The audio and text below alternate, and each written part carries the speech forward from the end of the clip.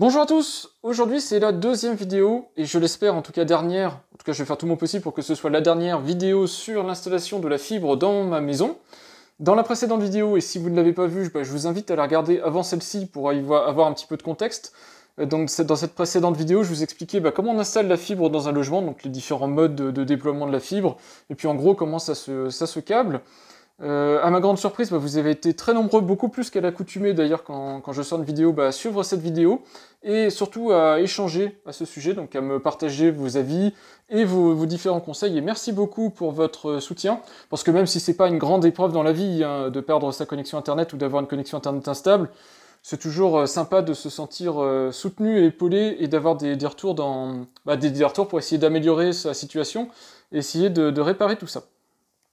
Au passage, donc déjà j'ai enlevé la porte latérale de mon placard pour que vous ayez le maximum de lumière dans l'installation, pour vous dire en gros ce que j'ai fini d'installer, ce qui marche pas et compagnie.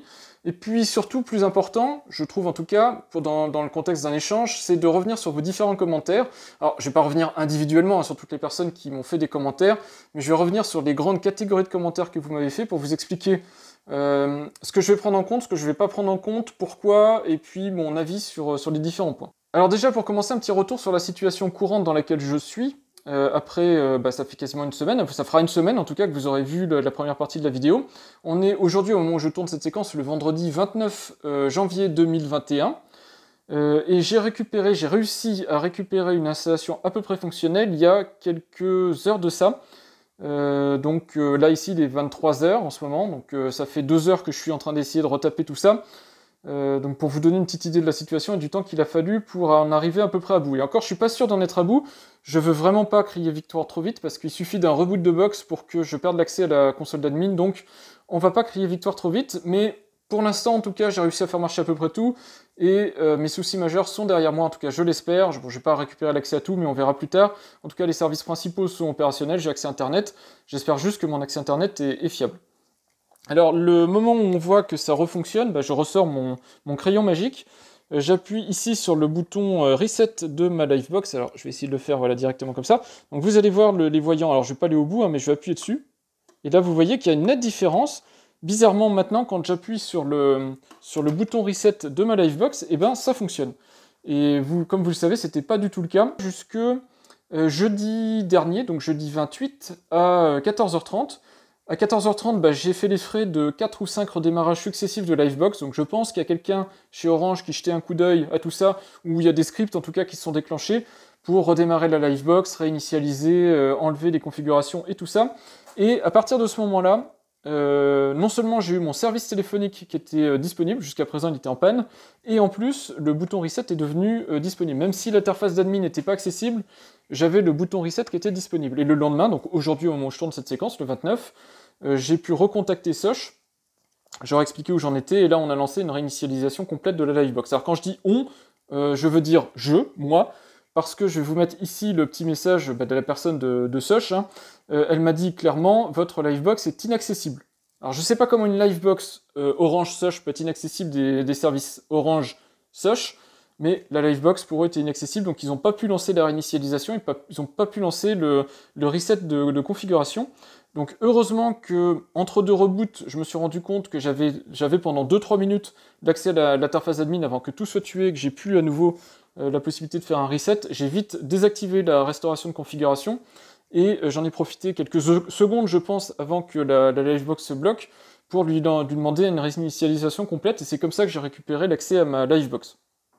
Donc voilà, on est maintenant dans une installation fonctionnelle entre guillemets. Un petit mot aussi pour vous expliquer pourquoi je vous ai dit que ma maison était en panne. Elle n'était pas intégralement en panne, je pense que j'ai peut-être été... j'ai manqué de nuances peut-être dans ce que j'ai dit, mais il y a beaucoup de gens qui ont pensé que j'étais complètement en panne et que du coup c'était lié au fait que la Livebox était en panne et que j'avais pas de plan B chez moi. Je vous le redis, tout est sur IP fixe et tout ça, tout ce qui est domotique, mais il y a des produits malheureusement qui ne le sont pas. J'ai ma serrure connectée, j'ai des caméras, j'ai des choses comme ça. Les constructeurs ne se sont dit, tiens, je vais pas mettre d'IP fixe pour ces produits, puisque de toute façon, Les box ont des serveurs DHCP, elles peuvent éventuellement avoir des beaux DHCP statiques. Donc vous pouvez dire, dès que tu vas passer ce produit-là par sa MAC adresse, tu lui attribueras toujours cette adresse IP-là. Et les gens pensent à tort, et c'est une grosse erreur, les gens pensent à tort que c'est l'équivalent d'un adresse IP statique. Et c'est pas du tout le cas. C'est similaire dans le fonctionnement, mais c'est dépendant de la box. Et c'est là où est tout le problème, c'est que cette box-là, je vous ai dit, je ne pouvais pas y accéder, je ne pouvais pas la réinitialiser. Donc quand j'appuyais sur le bouton reset, ça ne marchait pas. Donc je ne pouvais pas la remettre à zéro, et je ne pouvais pas accéder à son interface d'administration. Et donc, quel était le souci? J'avais en gros un serveur DHCP fou qui attribuait des adresses IP à mes produits, qui les changeait tout le temps en plus, et ces produits-là n'arrivaient plus à communiquer correctement, ou n'étaient pas accessibles tout le temps sur les mêmes adresses. Et donc ça pose problème en domotique, puisqu'en domotique on s'attend à avoir toujours des produits à la même adresse pour pouvoir dialoguer avec eux. Et c'est juste ça le problème que j'avais. Et un autre problème un petit peu pénible, c'est que comme cette box n'avait pas de serveur d'admin, et comme Sosh me l'a dit, on n'arrive pas à accéder à votre box à distance, eh bien Orange considérait que mon installation était non fonctionnelle et me redémarrait aléatoirement comme ça ma connexion pour essayer de remettre à jour mes équipements et de remettre à jour ma configuration. Donc ma box, toutes les 2 heures, toutes les 3 heures, redémarrer, je perdais mon accès internet, et donc il y a des moments dans la nuit, etc., c'est pas trop grave, mais il y a des moments où quand vous êtes en télétravail avec une connexion VPN établie, c'est un peu pénible. Concernant ma démarche de SAV avec Sosh, je dois dire que ça a pas... même si on m'a jamais lâché, on m'a pas non plus spécialement aidé, à part remettre en cause mon installation, en me disant vous avez un souci quelque part sur votre installation, ce qui est tout à fait possible. Il y a peut-être un produit qui vient qui vient gêner ma Livebox sur son port d'écoute, son 192.168.1.1. C'est possible éventuellement, je ne veux pas complètement me dédouaner en disant que ça ne peut pas être le cas, mais on est bien d'accord que quand vous avez un agent Sosh qui vous dit je ne sais pas ce qu'est votre installation, moi je vois que tout va bien, mais quand j'essaie d'y accéder, votre Livebox ne répond pas, je ne peux pas la redémarrer et je ne peux pas la réinitialiser à distance, je pense que ça suffit pour dire qu'il y a un souci. Et quand vous avez quelqu'un qui vous partage une vidéo puis qui vous montre ici que quand il appuie sur le bouton reset, les diodes qui sont là ne s'allument pas en blanc alors qu'elles doivent s'allumer en blanc, je pense que ça suffit pour déclarer qu'il y a un souci. Sosh m'a échangé ma Livebox. Donc ça c'est une nouvelle Livebox, celle que vous voyez qui est ici, pour rien, puisque je pense que la précédente Livebox marchait très bien, mais c'est la procédure. La Livebox ne marchait pas, elle ne rendait pas service, et bien il faut la changer. Donc j'étais obligé d'aller en relais, rééchanger ma Livebox qui avait déjà été échangée, etc. Enfin bon, ça fait perdre du temps tout ça, le temps de tout réinstaller, se rendre compte qu'au final on est à nouveau bloqué parce que la Livebox n'arrive pas à se connecter. Mais c'est comme ça, chez certains opérateurs de plus en plus malheureusement, ils ne sont pas spécialement à l'écoute de vous parce qu'en fait ils sont obligés quelque part d'uniformiser les process. Ils savent pas si la personne qu'ils ont en face est une personne qui est technique, elle est peut-être trop technique, c'est-à-dire que, et ça peut être mon tort, je peux avoir l'impression d'avoir trop raison, et de pas écouter ce qu'ils me disent, et de pas prendre en compte certains retours de procédures qu'il faudrait que je fasse, de débrancher, garder 5 minutes éteint, rebrancher, etc. Je me dis, ouais, allez, je prends un raccourci, je débranche, je rebranche, et je dis que tout va bien. Et ça peut être une erreur aussi de pas suivre à la lettre certaines procédures. Donc j'ai ma part de tort probablement dans cette histoire. Je ne veux pas complètement dire que c'est de la faute d'Orange et de Sosh, mais d'un autre côté, étant donné que c'est un opérateur grand public qui s'adresse à des gens qui ne savent même pas ce que c'est que ce machin-là, ou ce bidule-là, ou ce truc-là, forcément ils ont des procédures très standardisées, et ils sont obligés du coup de donner des consignes simples, et puis de demander des choses assez simples. Et c'est pour ça que vous rentrez dans cette problématique où on vous appelle pour normalement dépanner votre installation Livebox qui ne marche pas, et la première chose qu'on vous dit c'est oui, mais est-ce que le Wi-Fi fonctionne? Alors que vous expliquez depuis le départ que c'est pas un problème de Wi-Fi, que vous n'êtes même pas connecté en Wi-Fi, et que c'est pas votre problématique le Wi-Fi. Vous avez votre PC qui est connecté par un câble directement sur la Livebox, et la Livebox, quand vous appuyez sur le bouton reset, elle ne répond pas. Donc vous voyez, c'est compliqué de se faire comprendre, et vous avez beau expliquer à la personne ce problème-là, elle vous dit oui, vous connectez-vous alors sur 192.168.1.1.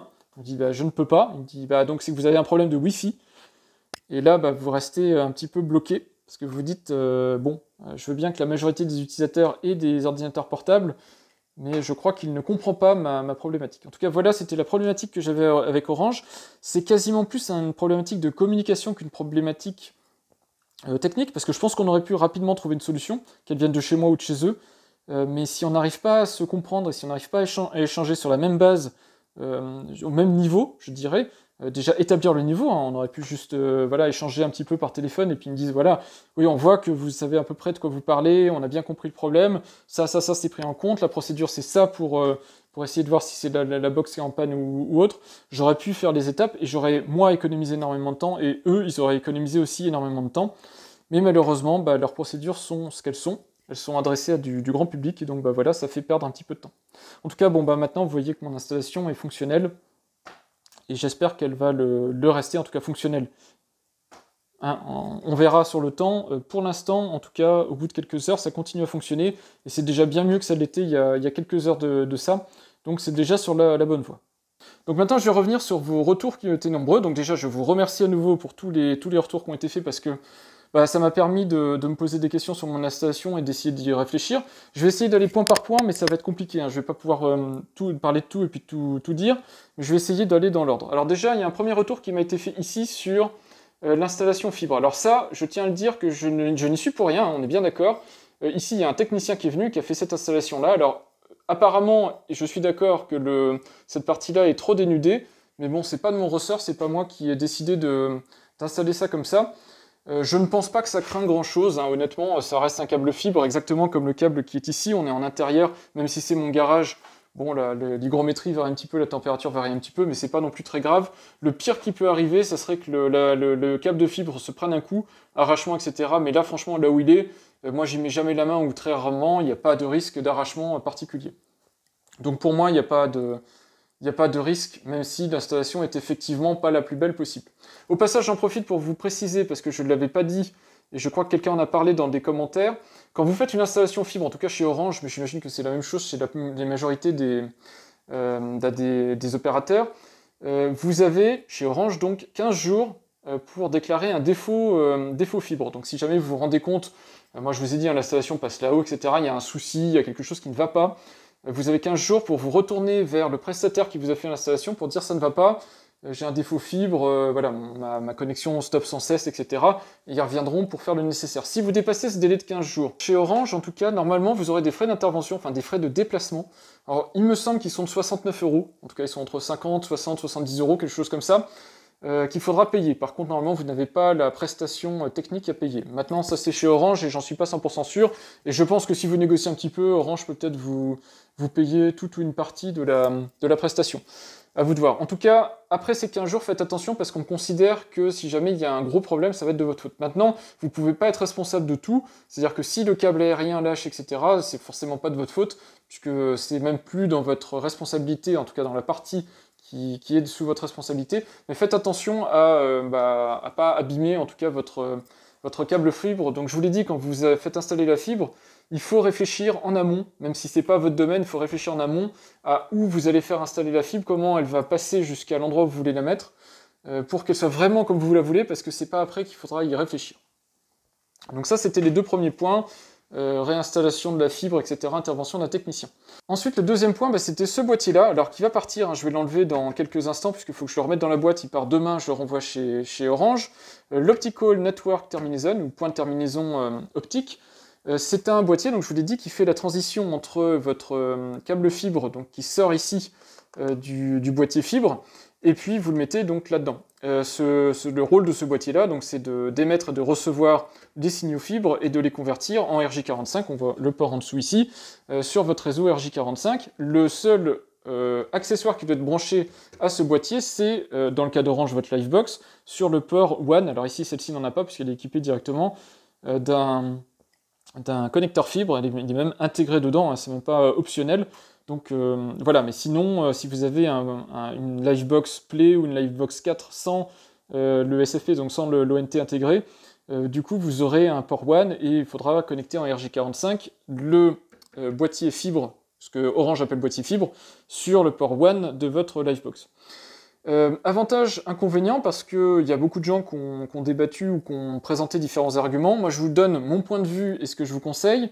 L'ONT est hyper intéressant si vous ne voulez pas garder l'équipement Orange, donc la Livebox, comme routeur, comme box. Par contre, c'est super contraignant. Je ne vais pas évoquer dans les détails, mais vous avez en gros des routeurs, donc pfSense, ou éventuellement certains routeurs Netgear, qui embarquent ce qu'il faut en termes de logiciel pour piloter directement une connexion Orange, donc non seulement, enfin l'authentification, etc. et les VLAN du réseau Orange, puisque la box Orange, c'est pas juste un routeur et un switch, c'est aussi des VLAN, etc. pour gérer les services téléphonie, les services TV, et puis certains services Orange. Donc il faut s'authentifier, etc. dans le réseau Orange, et donc il faut un produit qui est compatible. Vous ne pouvez pas prendre n'importe quel routeur en disant basta, j'en veux plus de ma Livebox, il faut que le routeur soit compatible, et dans les routeurs compatibles, vous avez la gamme Netgear, il me semble, et puis certains routeurs open source.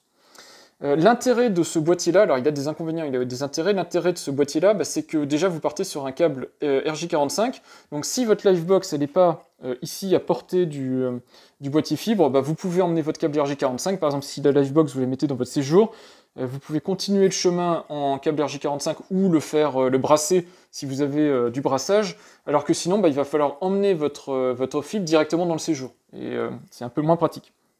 Ça, c'est un des avantages. L'autre avantage, je vous l'ai dit, c'est la compatibilité avec tous les autres, les routeurs compatibles Orange.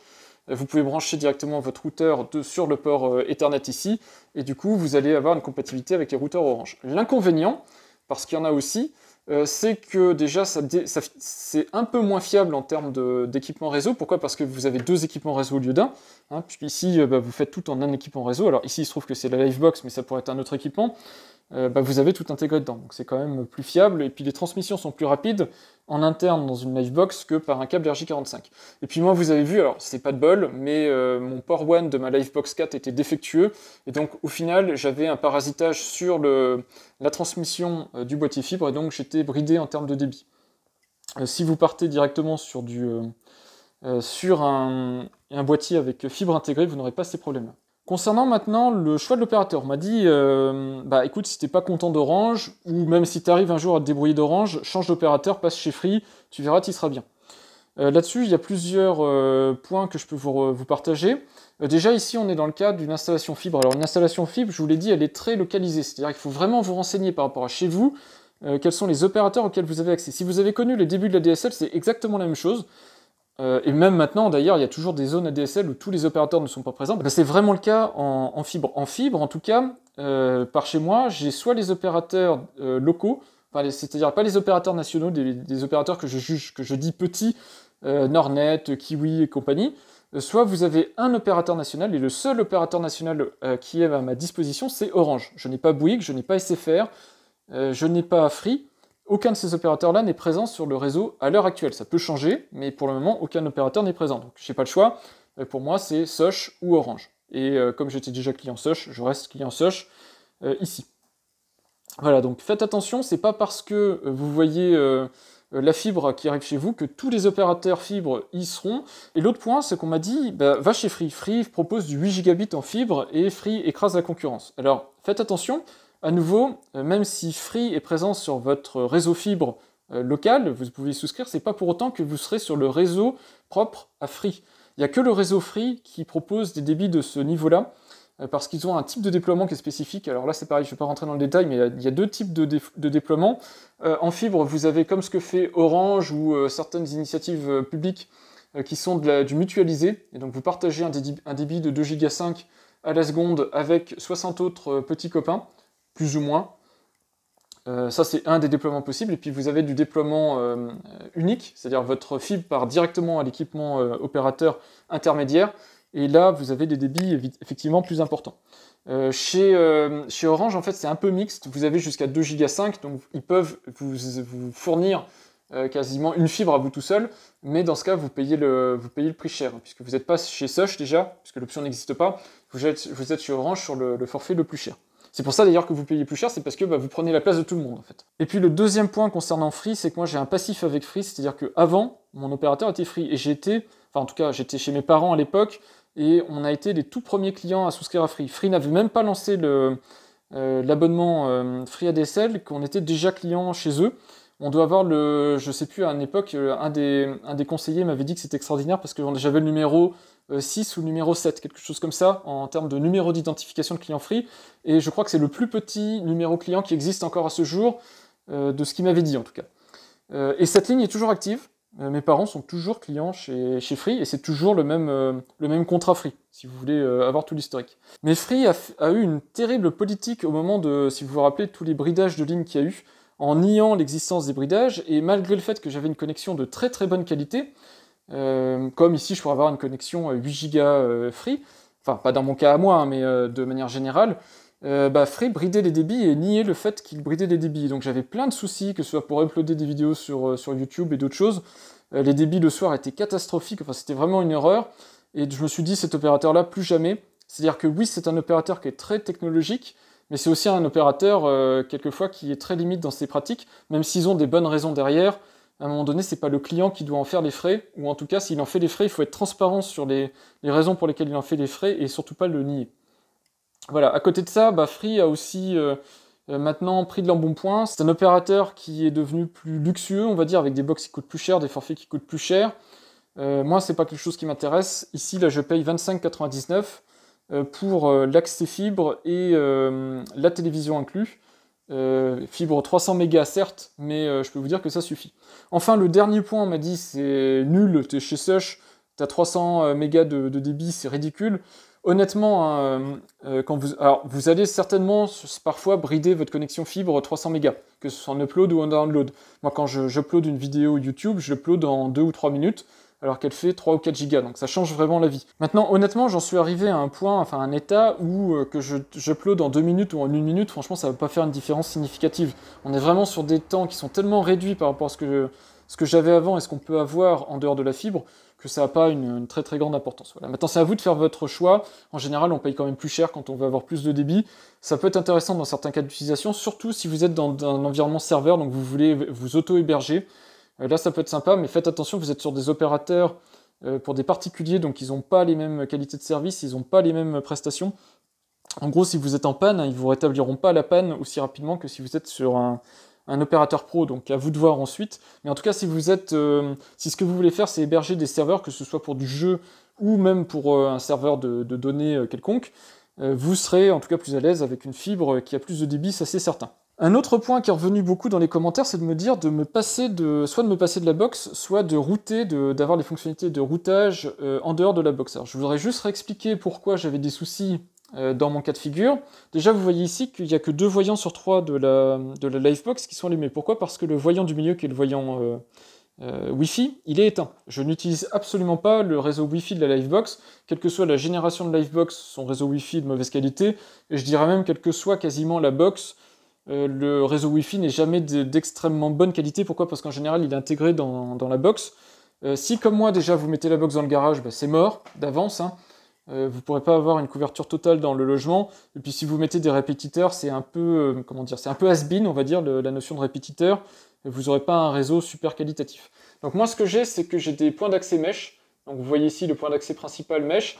J'en ai 3 dans le logement. C'est du Wi-Fi AC, donc pas du Wi-Fi AX, pas du Wi-Fi 6. Peut-être ça changera dans le futur, mais en tout cas déjà, là, c'est du Wi-Fi 5 et je peux vous dire que ça dépote. Et donc ma Livebox n'est pas responsable du trafic Wi-Fi. Elle n'est responsable que de la partie routage. Donc ça, c'est pour répondre sur les questions Wi-Fi. Vous voyez qu'elle n'est pas du tout dans un point central de mon logement, elle est à l'écart dans un tableau, au niveau de mon tableau électrique, et donc c'est pas possible de toute façon pour moi d'utiliser le Wi-Fi de la box intégrée à cet endroit. L'autre truc qu'on m'a dit, donc, c'est la partie routage. Je vous ai expliqué, contrairement, alors quasiment tous les opérateurs ne proposent pas le mode bridge sur leur box. Alors qu'est-ce que c'est le mode bridge et qu'est-ce que c'est le mode routage ? Cette box est équipée d'un routeur et d'un serveur DHCP, qui par défaut sont activés. Le DHCP, c'est pour attribuer une adresse à un équipement qui est connecté sur votre box, qu'il soit en Wi-Fi ou en câblé. Les équipements ont besoin d'adresses IP, alors IPv4 ou IPv6, mais d'adresses IP pour communiquer entre eux. Et c'est le rôle du serveur DHCP de leur en attribuer s'ils ne s'en attribuent pas eux-mêmes. Mais toute ma domotique est en IP fixe. Hein. Vous vous doutez bien, j'ai déjà expliqué, mais là, il faut connaître mes vidéos domotiques. Que ce soit mon JDOM, que ce soit mes équipements ici qui pilotent la lumière, qui pilotent les ouvrants, qui pilotent les gestionnaires d'énergie, tout est en IP fixe. Donc je ne compte pas là-dessus pour fonctionner. Je n'ai même pas besoin de routeur. Je pourrais avoir l'intégralité de mon réseau en panne, tant que j'ai mes switches qui sont opérationnels et les câbles qui sont opérationnels, ça fonctionne. Voilà, je n'ai aucune dépendance avec un routeur quelconque, qu'il soit intégré dans une box ou un routeur quelconque. Ensuite, vous m'avez dit, n'utilise pas le routeur de cette box, utilise un autre routeur. Alors j'en ai un de routeur, il est ici. Ces points d'accès ici me permettent de faire du routage sans aucun souci, et peuvent remplacer, entre guillemets, la box. Mais il faut bien comprendre un truc, cette box, comme l'intégralité des box du marché, sauf, je crois, la Freebox, quelques Freebox, peut-être pas toutes, et puis quelques box, on va dire, de petits opérateurs, ce que je vous ai dit, les Nornet et compagnie. Sinon, elles n'ont pas de mode bridge. Le mode bridge, c'est une désactivation complète de la partie routage, un peu comme vous avez en fait ici entre ce boîtier fibre et le port WAN d'une Livebox. Les produits communiquent directement avec une adresse MAC, je crois, en tout cas techniquement il me semble que c'est ça. Et puis derrière, c'est l'autre appareil qui fait le routage, et cet appareil-là du coup ne sert en gros que de modem historique, hein, pas de modem au sens strict, mais en tout cas il sert à transférer les commandes réseau vers l'autre partie du réseau, c'est-à-dire la partie réseau opérateur. J'essaie de faire simple, hein, de simplifier tout ça pour vous expliquer. Donc 2 modes de fonctionnement pour les box, bridge ou routeur, et la plupart des box du marché, donc un mode routeur que vous ne pouvez pas débrayer, c'est le cas de cette Livebox. Alors qu'est-ce que ça implique? Ça implique que forcément vous allez avoir un double NAT sur votre réseau. Donc la Livebox par défaut vient avec un adressage en 192.168.1.1, donc on va partir de ça, même si vous pouvez le changer, on va partir de ça comme un fait. Et bien si vous voulez utiliser un autre routeur dans votre réseau, la box qui est là va lui attribuer une adresse IP, 192.168.1.2 par exemple, et donc ça va être son adresse à lui. Et si lui, vous lui activez son mode routeur, lui va attribuer des adresses 192.168 autre chose, donc par exemple 2, à tous les équipements, donc 192.168, 2, 1, 2, 2, 2, 3, 200 et compagnie. Ce qui veut dire qu'en fait vous allez avoir un double adressage et surtout un double rebond. À chaque fois que vous allez avoir des requêtes, eh bien forcément la requête va être adressée en 192.168.1.2 pour accéder au routeur, et lui il va réadresser en 192.168.1 machin. L'autre truc aussi, c'est que vous pouvez mettre cet équipement-là en DMZ, donc c'est de le mettre en accès direct sur Internet, mais même en DMZ, il faudra qu'il ait une IP fixe et qu'il soit routé en fait, donc avec un NAT vers votre box, donc ça ne change pas le problème, vous avez un double NAT. Donc en gros, à part remplacer la box, pour moi, il n'y a pas de solution intéressante, et c'est pour ça que j'utilise le routeur intégré de la box. Honnêtement, hein, à part le problème que j'ai eu là, qui a duré un petit peu, parce que Orange ne savait pas comment le résoudre, je n'ai jamais eu de problème de box. Effectivement, si ma box tombe en panne, je suis un peu embêté, mais de toute façon, j'ai plus accès à Internet, et je vous l'ai dit, toute ma domotique continue à fonctionner, et si ma box est fonctionnelle, moi, j'ai jamais eu de soucis, et je vous rappelle, hein, ça c'est dans mes vidéos domotiques, tout est sur onduleur, donc il peut y avoir une coupure intégrale de réseau, j'ai quasiment 1h30 d'autonomie avec cette box, et donc normalement, je ne vois même pas les coupures de courant quand il y en a. Voilà en ce qui concerne la partie routage, etc. Si vous voulez vous faire plaisir, je peux que vous dire, allez-y, lancez-vous, installez-vous votre propre routeur, etc. Mais vous allez vous compliquer la vie sur les routages, mais ça peut vous permettre d'avoir un réseau parfaitement autonome, mais moi je vous le conseille pas. C'est plus compliqué et honnêtement vous y gagnez pas grand chose, donc moi en fait, même s'il a des fonctionnalités de routage avancées, ce site est un point d'accès Wi-Fi, je n'ai pas activé ces fonctions de routage et ça suffit largement. Dans la liste des questions, il y avait aussi des différentes questions concernant comment j'avais installé ma Livebox. Alors je vous ai bien dit que c'était temporaire, là on est quasiment sur une installation finale, donc j'ai remplacé le câble fibre par un câble plus court, donc j'ai un câble d'1 mètre, puisque le câble était trop long. Le câble maintenant ne fait plus de... Vous vous rappelez peut-être ici, il y avait un tas de... Ça c'était juste parce que j'avais failli arracher mes câbles fibres, donc je l'avais mis là-haut pour pas que je puisse l'endommager. Donc maintenant j'ai un câble court qui, vous voyez, fait un arc comme ça, qui va dans la Livebox, donc il n'y a plus de soucis. Alors maintenant, il n'y a pas vraiment de souci à avoir une courbure assez prononcée, hein. Ici, cette courbure-là, vous pouvez la prononcer beaucoup plus. Normalement, on dit la taille en gros d'un CD, pour pas avoir de soucis, mais honnêtement, hein, regardez partout, même les installateurs ne s'en préoccupent pas trop. La fibre, honnêtement, c'est pas là où elle est le plus en danger, hein. Je peux vous dire qu'elle vit une aventure bien plus intéressante en dehors de chez vous. Il lui arrive un tas de choses, alors que là, honnêtement, elle est pépère, hein. Donc voilà. N'allez pas couder ou je sais pas quoi les câbles fibres, ils sont pas faits pour, mais voilà, même des arcs de cercle plus prononcés ne poseront absolument pas de soucis à la fibre chez vous. Vous voyez aussi que j'ai posé ma box en version définitive, donc là elle est bien calée, bien installée, il n'y a pas de souci. Les boutons ici sont pas disponibles, mais en général je les utilise pas, et je peux la soulever si j'ai besoin d'appuyer. On voit bien les voyants, j'ai un accès direct au bouton power si j'ai besoin de l'arrêter, j'ai un accès direct au bouton au bouton Reset. Il sert pas des masses, mais avec mon crayon magique, je peux y avoir accès s'il y a besoin. On voit l'accès direct à mes câbles. Alors là, de la même manière, il y a quelque chose qu'il faut que je vous partage, qui est important. Les équipements principaux de ma maison, tout ce qui a énormément besoin de débit, sont branchés directement sur la box. Pourquoi? Parce que ici, je suis sur le switch interne de la box, qui part directement sur la connexion fibre. Donc, c'est lui qui va maximiser le débit que je peux obtenir. Si vous partez maintenant du principe où vous avez un switch à part ou un routeur à part et que vous branchez vos équipements dessus, faites très attention. Ici, vous voyez le câble jaune, c'est le câble, il part hop, à la box. Vous n'aurez que ce câble-là. Si vous décidez de faire un double routage, donc du NAT et tout ça, vous aurez ce câble unique. Les autres ne sont pas branchés parce que sinon ça ne marchera pas. Donc tout sera caché derrière votre routeur en fait. Et là, vous aurez un câble unique sur lequel passera tout le débit, tout le trafic réseau, donc tout le débit. Donc faites attention, si vous êtes en 300 mégabits, 400 mégabits, ça ne va pas poser des masses de soucis parce que c'est des câbles, normalement c'est des switches ou des routeurs avec des câbles qui supportent largement ce débit-là. Mais si vous avez du 2 gigabits ou du 8 gigabits, faites attention, ça ne passera pas hein, sur du câble. Il va falloir passer en 4.6, voire en plus, parce que ici vous aurez du débit. Donc c'est pour vous dire aussi que c'est des autres soucis que vous pouvez avoir. Ici du coup je maximise en fait les capacités de transfert, donc j'ai les prises importantes de ma maison qui sont directement brassées sur la Livebox, comme ça j'ai un accès hop sortie direct. Et puis ici je repique pour aller sur le reste des équipements qui a besoin de moins de débit, pas de souci. Au passage, vous voyez ici ce petit câble, alors je crois que ça s'appelle un câble de patch, qui va de mon installation JDOM, donc c'est un Raspberry Pi sur mon Switch. Je vais vous faire une vidéo sur comment on fait du câble réseau, donc comment on se câble soi-même son câble réseau, ce qui vous permet d'avoir des câblages plus propres. Alors là ici malheureusement on ne le voit pas parce qu'il y a quelques câbles qui ne sont pas très bien installés, dont ce câble là, et je vais faire donc ce petit câble de patch ici, un petit câble réseau RJ45 sur mesure qui ira de la box directement dans mon Switch, bien propre, bien aligné avec les autres, et vous verrez qu'on peut faire des trucs très sympas pour pas cher. Donc je vous expliquerai comment on câble tout ça, ça vous permettra de vous faire vous-même avec 3 fois rien. Il faut quand même une petite pince à sertir RJ45 et puis les accessoires, mais je vous expliquerai exactement quoi acheter et pourquoi, et je vous montrerai comment on fait un petit câble réseau pour avoir une installation toute propre. Voilà, je crois avoir fait le tour de tout ce que j'avais à vous dire concernant mon installation fibre, mon installation Livebox. J'espère que j'ai pris en compte tous les commentaires que vous aviez pu me faire dans les grandes catégories. Je vous ai donné mon avis à peu près sur tout. Il vaut ce qu'il vaut, hein, n'hésitez pas si vous n'êtes pas d'accord à le dire. Moi, j'essaye pas de vous convaincre, j'essaie juste d'expliquer ce que je pense, ce qui me semble être les bons choix pour la majorité des gens. Ça ne veut pas dire que c'est la solution qui va aller à tout le monde, mais au moins, je pense qu'avec ça, vous partez sur de bonnes bases pour prendre vos décisions, et puis vous pouvez toujours vous renseigner si vous voulez en savoir plus. En attendant, moi, pour vous donner une idée concrète, les vidéos que je tourne qui font entre 30 40 minutes parfois, bon, il y en a des plus courtes, mais là celle-là je sais pas, je pense qu'elle va faire encore une demi-heure. Elle pèse entre 3 et 4 gigas, une fois que je les ai montées.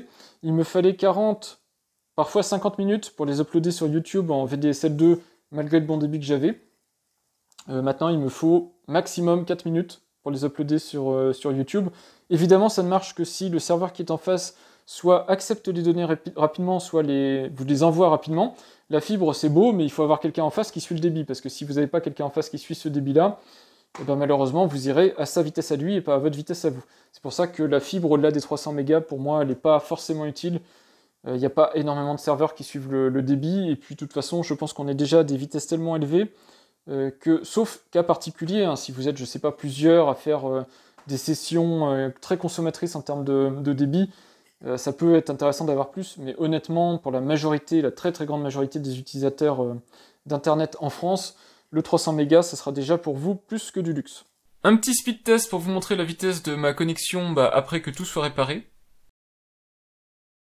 Donc on est bien sur une connexion 300-300, ce que commercialise Sosh, et puis vous voyez en même temps que le ping est beaucoup plus faible, puisque c'est le ping d'une connexion fibre, et il y a beaucoup de gens qui n'en parlent pas quand ils parlent de fibre, ils parlent beaucoup de débit, mais il n'y a pas que le débit qui est amélioré dans la connexion fibre, il y a aussi le ping qui est énormément réduit.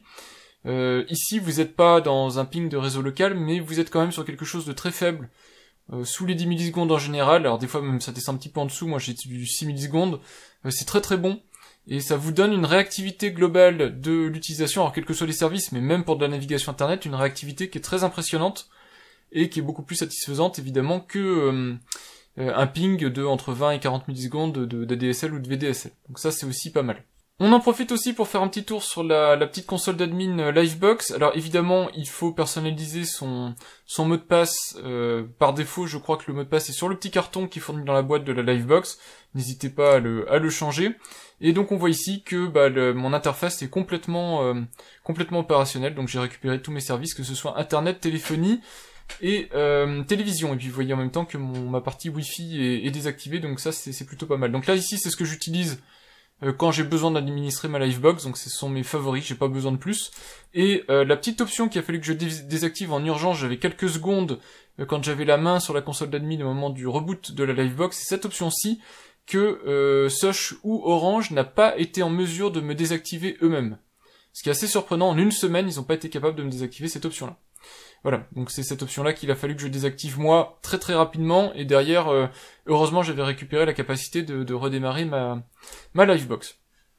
Voilà, donc vous voyez elle est parfaitement fonctionnelle, et si on va dans les équipements connectés, vous verrez que la carte des équipements affiche bien tout ce qui est connecté sur mon réseau. Alors d'ailleurs, mes équipements pour la majorité sont en Wi-Fi, hein, le Nest Audio, etc. c'est des équipements Wi-Fi. Mais comme mes équipements Wi-Fi sont branchés en fait sur les Deco M9 qui eux sont câblés, je vous ai dit, hein, toute ma partie Wi-Fi est câblée sur les ports Ethernet, et vous voyez que c'est réparti par port Ethernet de la Livebox pour répartir la charge. Vous voyez donc que les appareils semblent être liés en Ethernet alors qu'en fait ils sont en Wi-Fi.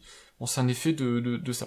Voilà, donc vous voyez que tout est fonctionnel. J'ai pas encore tout remis, mais les adresses IP sont restaurées et toute ma domotique est à nouveau fonctionnelle. Alors, j'avais déjà accès à mon JDOM, mais surtout ce que j'ai accès, c'est par exemple à mon verrou connecté. J'ai à nouveau accès à mes enceintes qui parlent, puisque je peux faire parler mes enceintes. Tout est opérationnel, et on reviendra un petit peu plus tard sur la domotique, etc. Ici, c'est pas l'objet de cette vidéo. Voilà, j'espère que ma vidéo était complète, qu'elle vous a éclairé quelque part sur mes choix à moi, mes problèmes à moi, et puis ce qui se passait chez moi. J'ai remis ma porte, j'enlève le boîtier ONT que je vais renvoyer à Orange, donc boîtier fibre. Ils vont le récupérer. À vous de voir ensuite ce que vous préférez avoir. C'est pas mauvais, un boîtier fibre, si vous voulez vos propres équipements. Sinon, vous voyez pour une Livebox 4, avec le module SFP intégré, donc le module l'ONT en fait intégré dans une fiche ici que vous pouvez, extractible en fait, que vous pouvez ajouter dedans. C'est je pense le meilleur choix. Et concernant la Livebox 5, si Sosh se permet d'envoyer des Livebox 5 à ses clients, c'est qu'on peut mettre une Livebox 5 évidemment sur un réseau Sosh, puisque le réseau Sosh n'existe qu'au sens commercial. L'opérateur reste Orange quoi qu'il arrive, et donc vous êtes sur un réseau Orange avant tout. Voilà, c'est que l'offre commerciale à laquelle vous avez souscrite qui est une offre Sosh, ça ne vous change pas des autres clients Orange.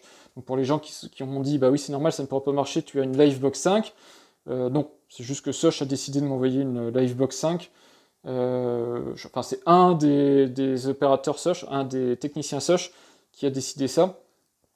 Et c'est pas plus mal, hein, elle est bien cette Livebox 5, elle vaut la Livebox 4, mais pour aller ici dans mon garage et ne plus l'avoir de l'année, ça me va très bien. Et d'ailleurs j'espère que c'est la fin de mes problèmes, parce qu'en général ça se passe comme ça chez moi. Hop, je ferme les portes, donc tout est sur domotique avec sécurité, avec détection d'intrusion, etc. Donc je ferme les portes et on n'en parle plus, et la vidéo va s'arrêter là, sur cette fermeture de porte. J'espère ne plus avoir à descendre mes 1 ou 2 étages pour aller voir dans le garage ce qui se passe, et jeter un petit coup d'œil si ma Livebox est synchronisée, désynchronisée, si j'ai une connexion fibre ou pas. Voilà, donc ça reste comme ça à l'année, moi j'y touche jamais, c'est hyper fiable. Il y a l'onduleur qui est là si jamais il y a le moindre souci. Je vais reprendre mon crayon en même temps, ce serait dommage de le laisser là. Voilà, donc elle tourne à l'année, il n'y a jamais le moindre pépin, peut-être une désynchro dans l'année quand j'étais en VDSL, une ou deux désynchros dans l'année, et puis les mises à jour qui sont faites une fois par mois, quelque chose comme ça. Mais c'est hyper fiable tel que c'est installé, et ça me va très bien comme ça, j'ai pas besoin de plus qu'une box de ce type-là. Voilà, en tout cas, merci d'avoir suivi cette vidéo, j'espère que tout le contenu que je vous ai partagé vous intéresse. N'hésitez pas, donc je vous le redis, j'essaierai de vous faire cette petite vidéo sur le câble RJ45, sur comment on se câble ses propres câbles RJ45, alors sûrement du 4.5 ou du 4.6, on n'ira pas au-delà, parce que sinon ça devient très spécifique, et pour du 10 gigabits, je pense que vous ne regardez pas mes vidéos si vous êtes intéressé par ce type de techno. Voilà, et donc je vous donne rendez-vous pour ces vidéos-là, et puis d'autres vidéos sur la high-tech, la domotique, ce que vous avez l'habitude, les jeux et compagnie sur ma chaîne. Merci, et à bientôt, au revoir.